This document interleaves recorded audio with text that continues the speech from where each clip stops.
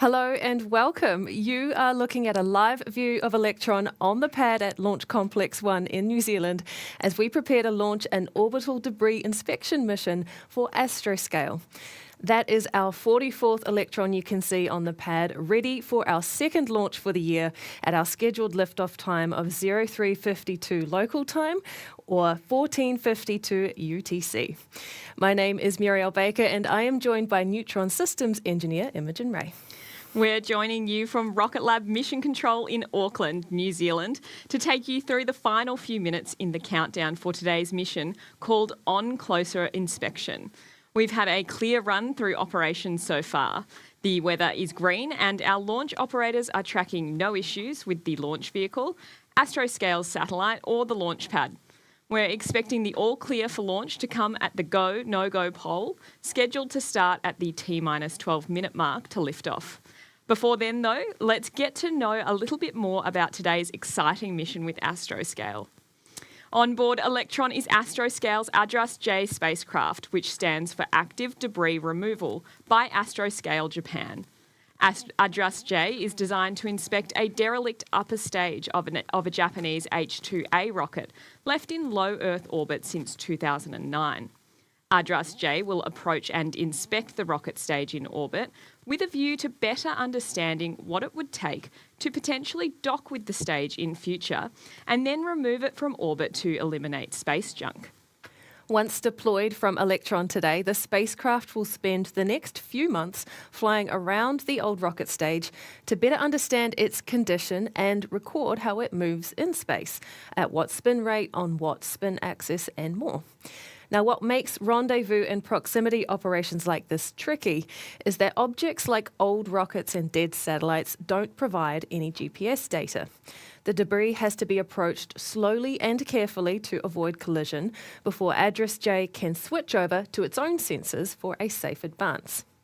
Meeting up with a piece of debris on orbit while travelling at speeds of around 27,000 kilometres an hour is as complex as it sounds, and a task that requires absolute precision to make sure the satellite is deployed close, but not too close, to the H-2A rocket.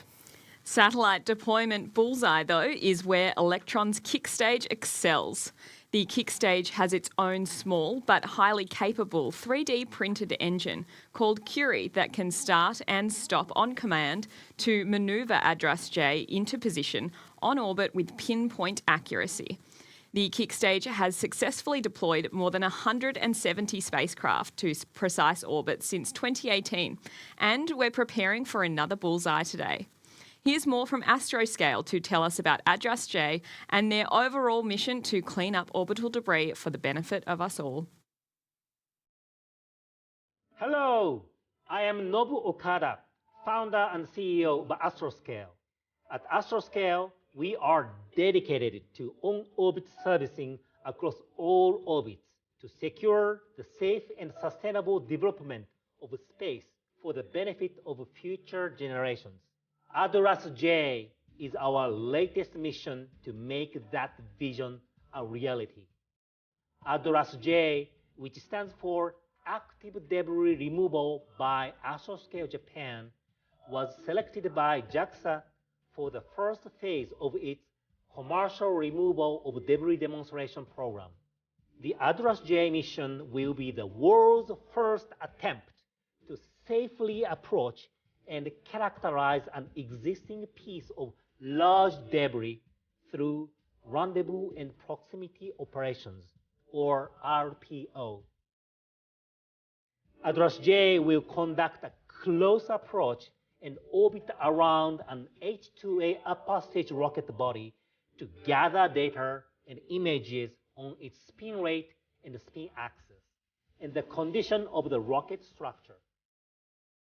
Taking images in space might sound easy, but doing it with an unprepared object that does not provide any location data on its own and is moving at approximately 7.5 kilometers per second is extremely hard. In fact, this kind of operation is one of the most challenging capabilities necessary for on-orbit services. ADRAS-J is a pioneering mission that opens up a range of on-orbit servicing possibilities that will lead to a sustainable future in space. Everyone here in Japan and our offices around the globe are so excited for this launch. Thank you to JAXA, the Astroscale team, and our partners and our supporters for getting us to this point. And thank you to RocketLab for this ride to space. Show the way, ADRAS-J!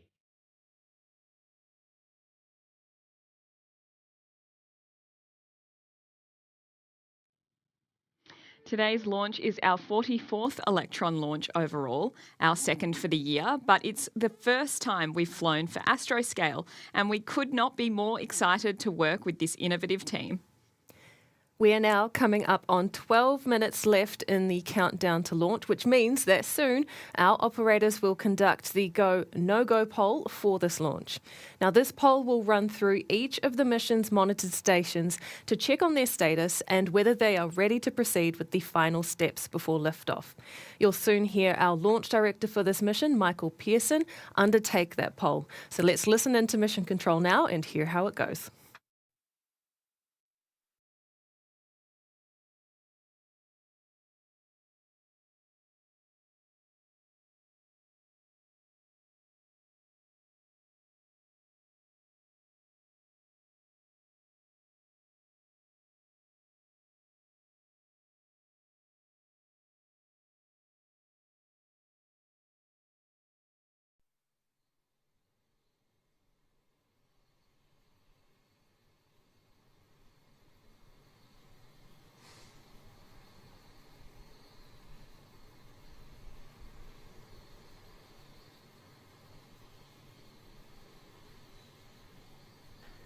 And all stations LD on mission proceeding with the go, no-go sequence.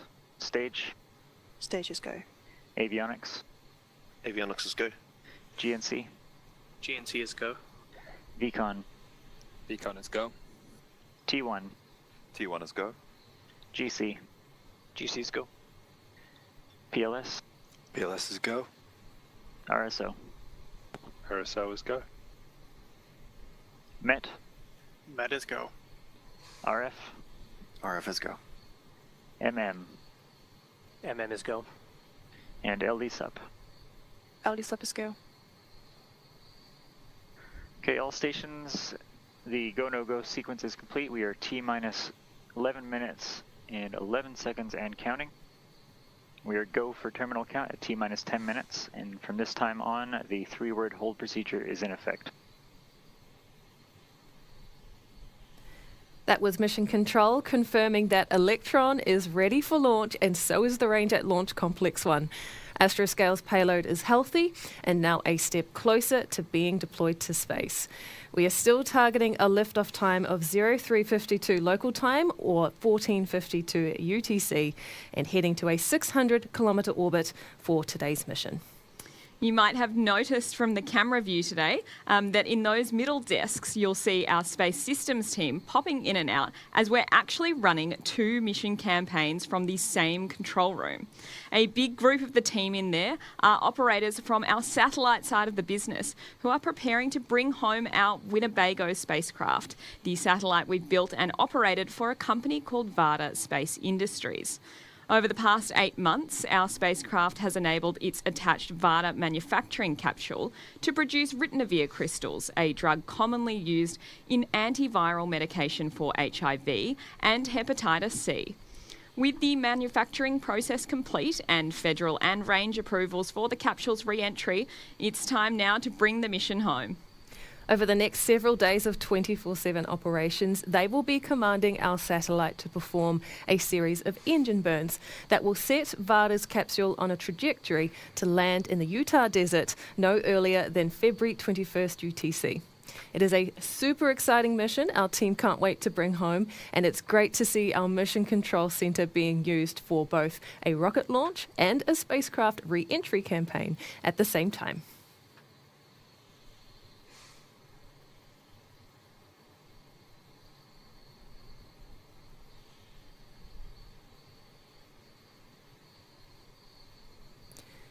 While we wait through these final few minutes before liftoff, let's take a look at our Electron rocket for today's mission.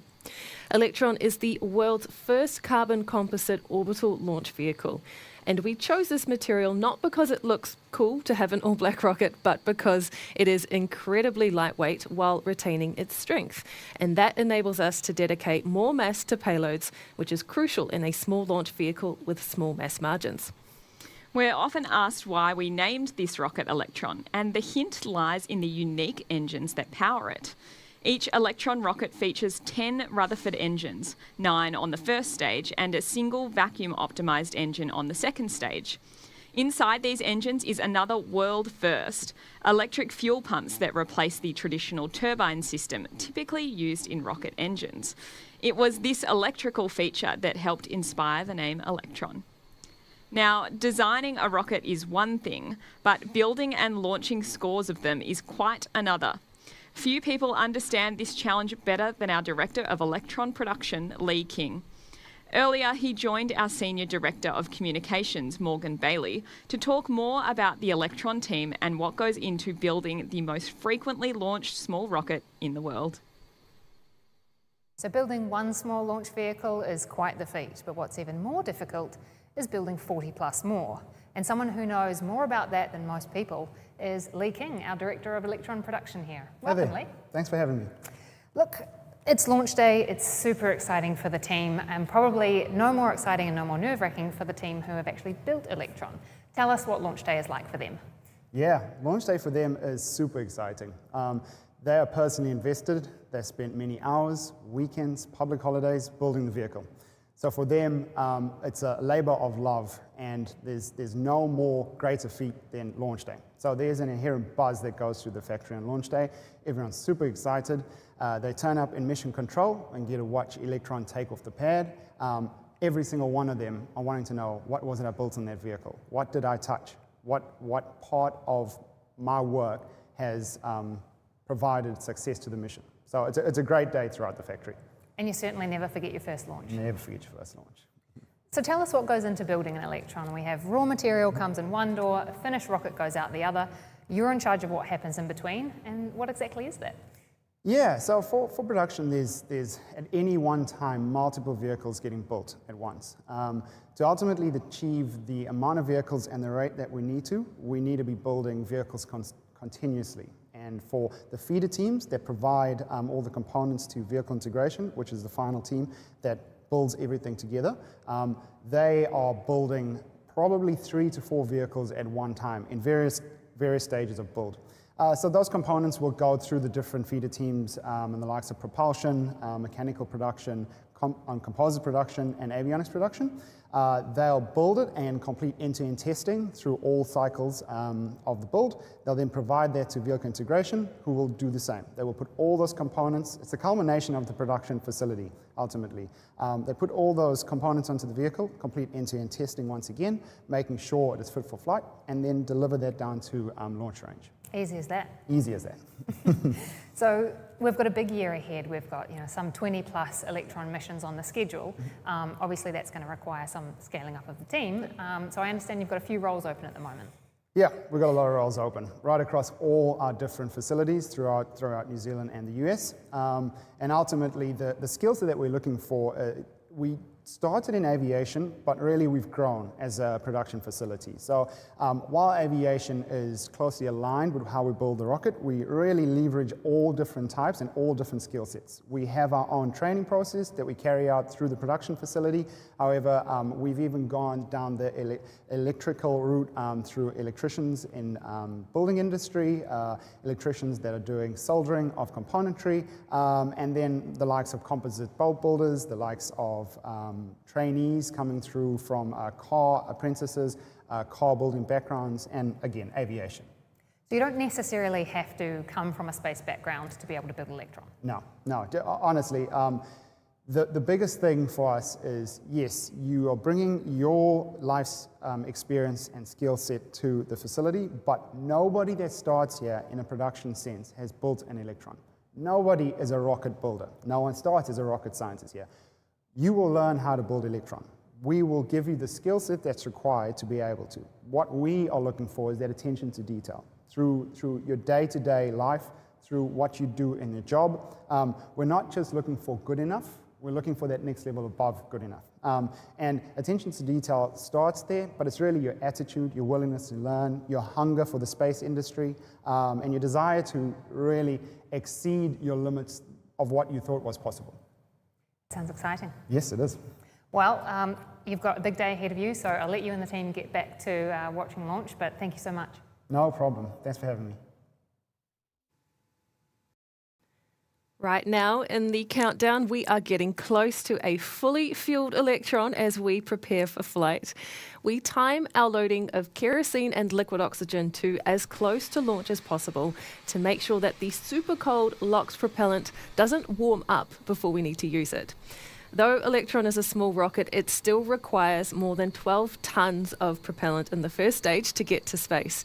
We should hear the call that at T-minus 1 minute that LOX loading is complete on Electron. Shortly after that, the team will wrap things up with the first and second stage when they confirm that both are pressurised for launch. At T-minus 10 seconds, our launch director will count down with the clock to lift off with Electron's Rutherford engines then set to ignite at T-minus 2 seconds. Let's hand over now to Mission Control. The first call we should hear from our operators at T-minus 2 minutes is the switchover to the rocket's onboard flight computer for the countdown. We'll be back with you shortly after liftoff. Show the way, ADRAS-J.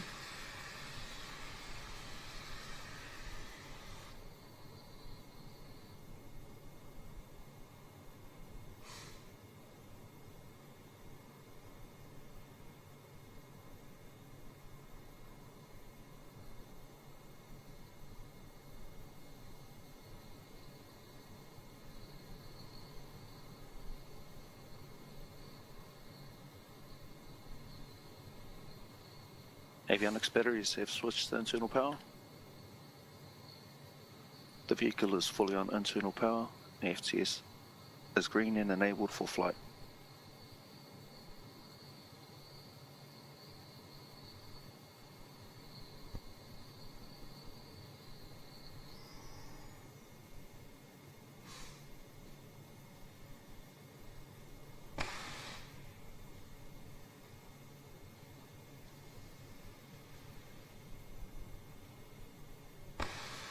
Locks and recirculate.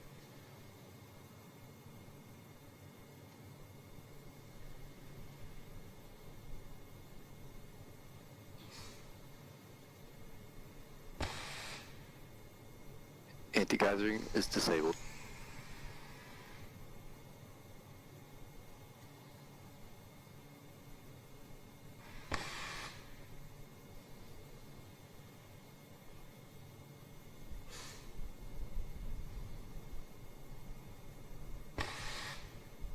Stage 1 and Stage 2 tanks are pressed.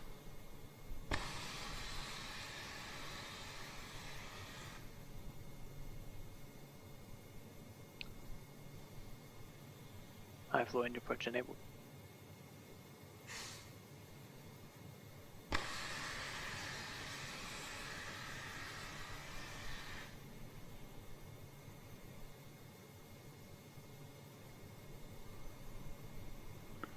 T-minus 20 seconds and counting.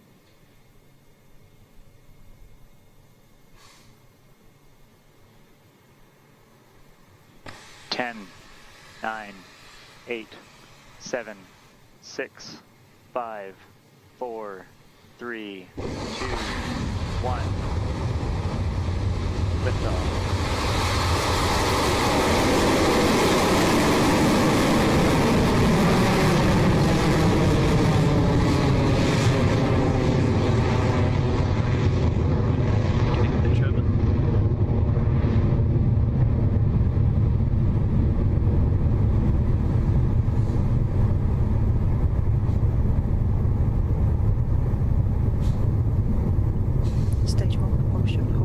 T-plus 30 seconds and Electron has left the pad at RocketLab Launch Complex 1 in New Zealand, carrying the Astroscale ADRAS-J payload. In a few moments, Electron will curb its engine power just a little to pass safely through the launch milestone known as max Q, or maximum aerodynamic pressure. This is the moment during ascent when Electron will experience the most amount of stress on its way to space.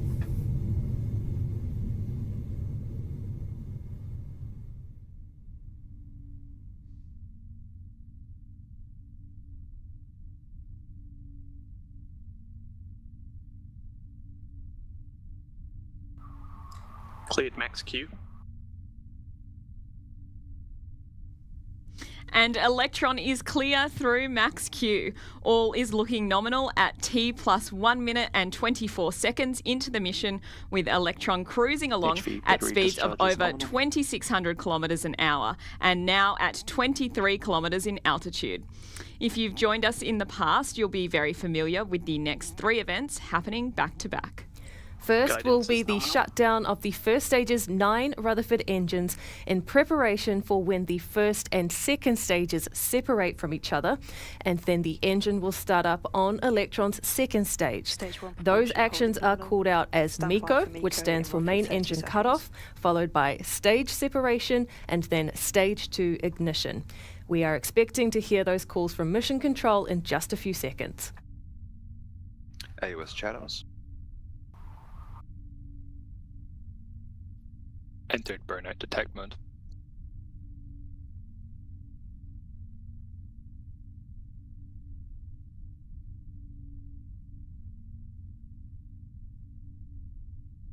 MECO confirmed.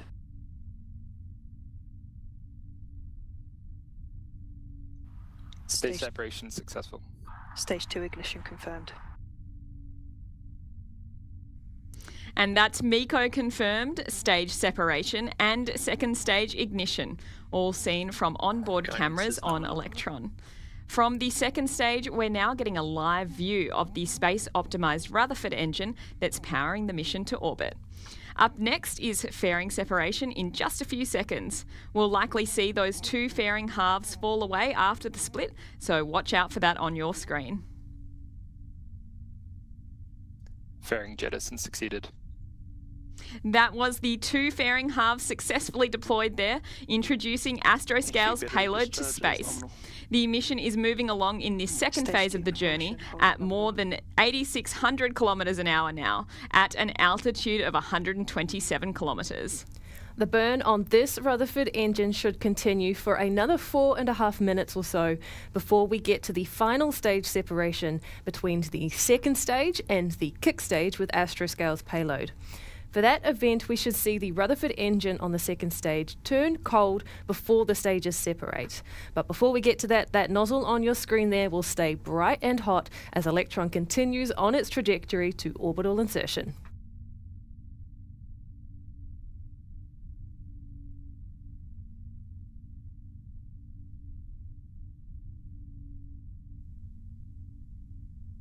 Electron has hit the 9,800 kilometre an hour mark on its way to orbit with Astroscale. We're 4 minutes and 14 seconds into the mission now, having already completed liftoff, clearance through max Q, main engine cutoff, stage separation and second stage ignition.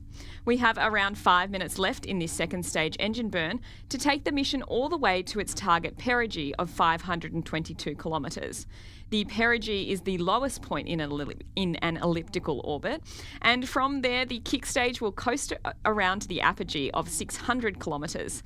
The kick stage will then ignite for final payload deployment of ADRAS-J.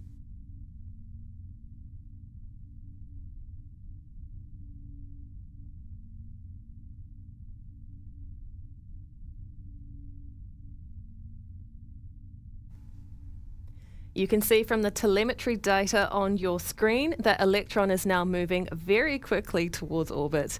The second stage is on a nominal trajectory with the Astroscale payload, with everything looking great so far on this mission. At T plus 9 minutes is when that second stage engine is expected to end its burn and shut down for the final stage separation. And before we get to that, we'll first need to perform an action unique to the Electron rocket called a battery hot swap. This happens only on the second stage of the vehicle, about halfway through the Rutherford engine burn time, when the first set of batteries that have been powering the engine's electric pumps are close to being empty. The battery hot swap replaces that first set with a new battery pack to power the engine the rest of the way. We're coming up on that milestone now, which should be coming across the net shortly. Holding nominal, approaching hot swap in roughly 30 seconds. Throttling down.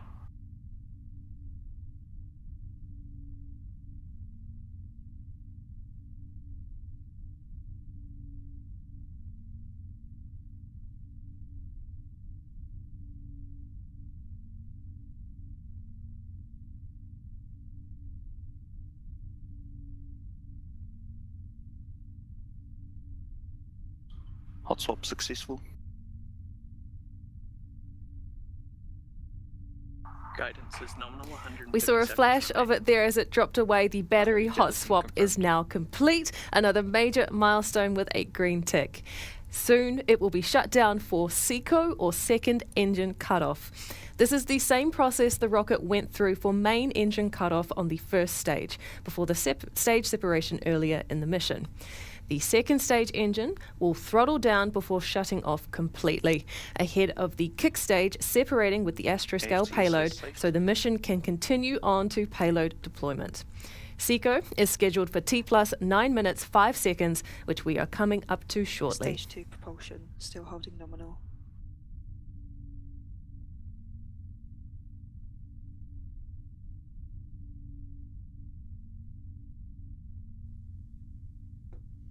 You'll notice on the right side of your screen the fuel and oxidizer levels of the second stage engine.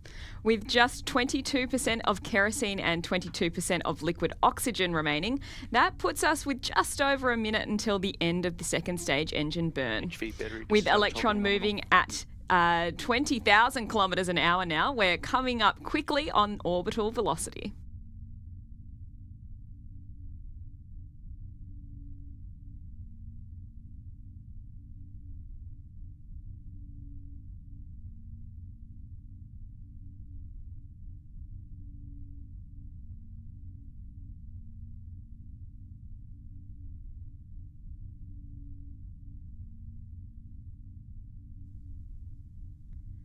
All right, 2 more milestones this side of the coast phase of launch. SECO, or second engine cutoff first, followed by kick stage separation.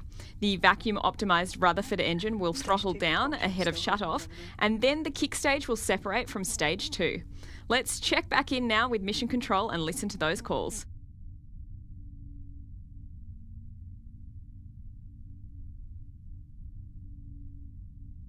Entered burnout detect mode. Terminal guidance, 18 seconds remaining.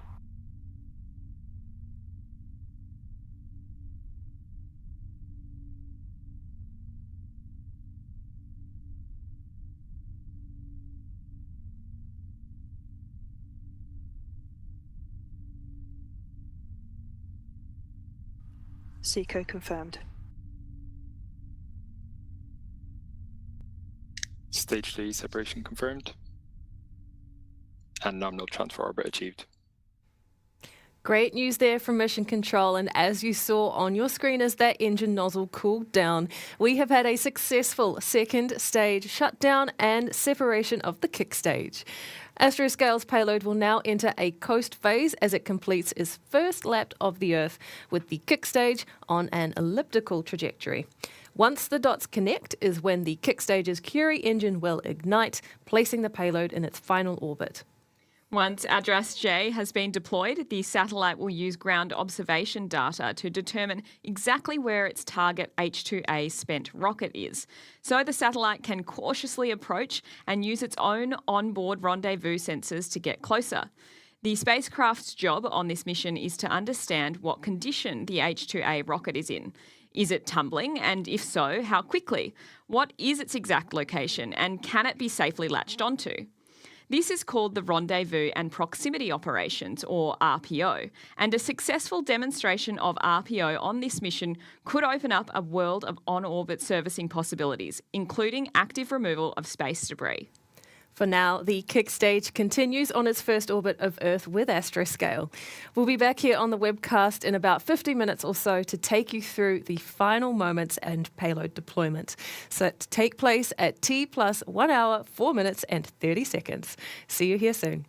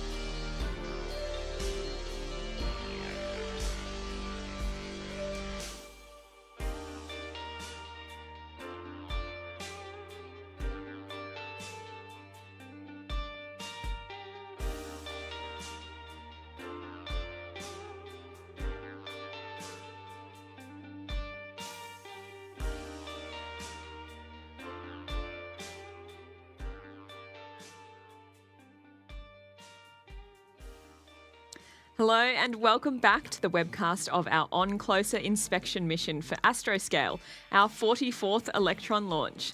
Today's mission left the pad at Launch Complex 1 under an hour ago with Astroscale's ADRAS-J payload on board, completing all the usual launch milestones like max Q, MECO, stage separation, second stage ignition, fairing ejection and battery hot swap during that engine burn, and then SECO and stage separation from the kick stage. Having ignited its Curie engine a few minutes ago to circularise the mission's trajectory, Electron's kick stage will soon make a second burn to slightly adjust the course for ADRAS-J's rendezvous. We are about 45 seconds out from that happening, and as a reminder, we won't have views of payload deployment today, so we will track payload deployment with calls from Mission Control alongside a simulation of the process. Over now to Mission Control.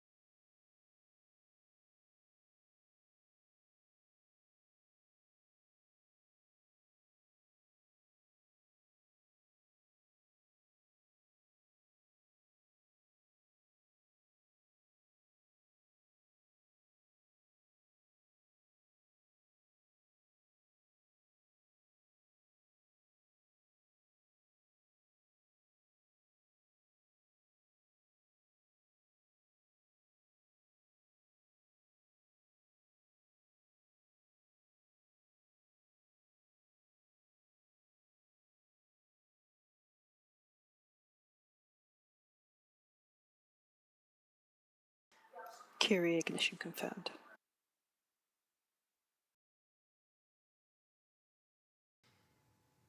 Great news from Mission Control. The kick stage's Curie engine has ignited for a second time for a brief 30-second burn.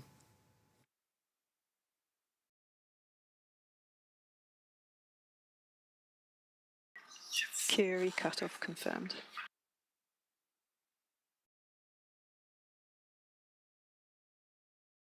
And good shutdown of the Curie engine, which means up next is payload deployment for ADRAS-J.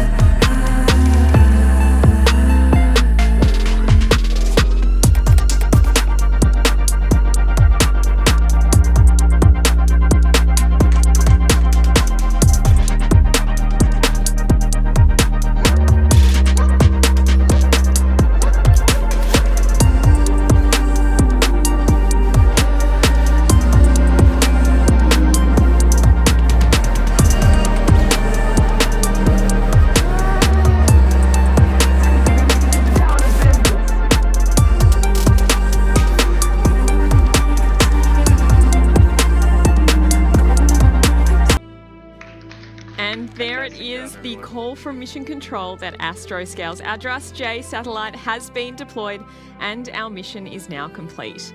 ADRAS-J is now on its rendezvous with the H2A rocket to demonstrate its space junk removal technologies. Congratulations to Astroscale on reaching orbit and all the best for your on-orbit operations, which begin right now. 2 launches down for the year and many more to go, including our 50th Electron mission coming up soon. We will end the broadcast now, but for those that missed it, we'll soon have a replay of today's launch. Remember to follow RocketLab's social media pages for more information and to learn when our next launches are coming up. This is RocketLab Mission Control signing off.